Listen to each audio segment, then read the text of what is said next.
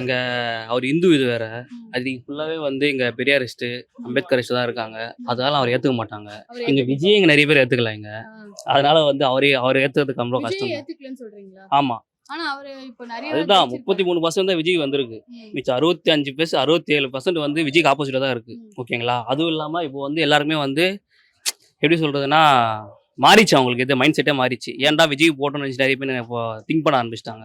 அதனால வந்து விஜய்க்கே வந்து இப்போ எதிர்ப்பு அதிகமா இருக்கு. ஏன் பெரியாரிஸ்டும் அம்பேத்கரிஸ்டும் சப்போர்ட் பண்ண மாட்டாங்க? அவரோட கொள்கை தலைவரும் பெரியாரும் அம்பேத்கரும் யாருக்கும் விஜய்க்கும் இருக்காங்க.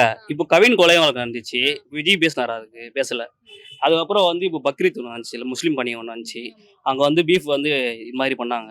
அது விஜய் பேசினாரா? அதெல்லாம் பேசல. அவங்க என்ன பண்ணுறாங்கன்னா, தலித்துக்கு எங்கள் கட்சி தான் சொல்கிறாங்க. அவங்க யாரு? விஜய் சொல்கிறாரு. 6 அமைச்சர் கொடுத்தாங்கல்ல, கொடுத்தாங்க. மக்களோட பிரச்சனை எதுவுமே பேசாம 8 கொடுத்துருக்காங்க. மக்களோட பிரச்சனையே பேசாம வெறும் வந்து அடையாள அரசியல் பேசினா மட்டும் எங்கள் வேலைக்கு ஆகாது. இப்போ பிஜேபி வேற கூட தான் இங்கே கொடுத்துருக்காங்க. நிறைய பேருக்கு பெரிய பெரிய பேஸ்ட்டுங்களாம் கொடுத்தாங்க தலித்துக்கு.